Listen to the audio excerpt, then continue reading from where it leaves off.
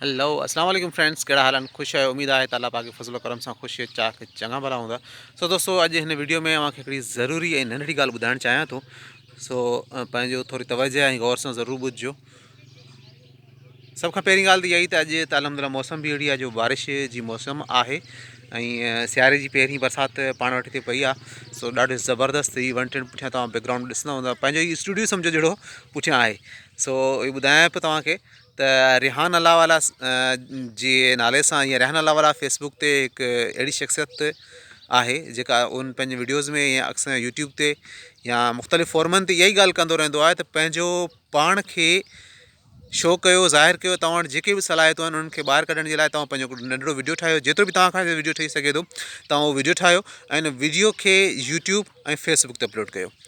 ऐं जेकॾहिं जेके बि तव्हां में सलाहियतूं आहिनि, जेकॾहिं तव्हां को कमु ॼाणो था, तव्हां में को स्किल्स आहे त उन्हनि खे बि तव्हां उन्हनि शयुनि ते यूट्यूब ऐं सोशल मीडिया ते शो कयो। जीअं चवंदा आहिनि से हिकिड़ो उर्दू पहाको आहे, जो दिखता है वही बिकता है। जेकॾहिं पंहिंजे पाण खे उन पोज़ीशन ते आणणु चाहियो था, पंहिंजे पाण खे एक्सप्लोर करणु चाहियो था, त इन्हनि शयुनि मां सिखो। अॼु जो दौर जो ही फास्ट दौरु आहे, असां सभ खां तेज़ लर्निंग जो दौरु आहे। जेतिरो जल्दी असां कम खे सिखूं था, जेतिरो जल्दी उनखे अप्लाई कयूं था, असां उन्हनि में सुठे नमूने सां ॿियूं शयूं सुठियूं सिखी सघूं था।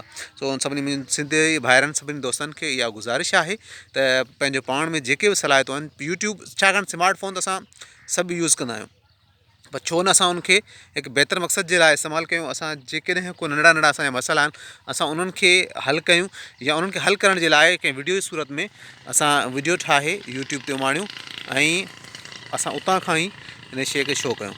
सो इन सभिनी दोस्तनि खे इहा गुज़ारिश आहे त हीअ डिजिटल सिंध ते मुंहिंजो जेको अचे पियो वीडियो, सो इनखे लाइक कयो, सब्सक्राइब कयो ऐं जेकॾहिं पसंदि अचे त शेयर ज़रूरु दोस्तनि सां कयो। वॾियूं महिरबानियूं।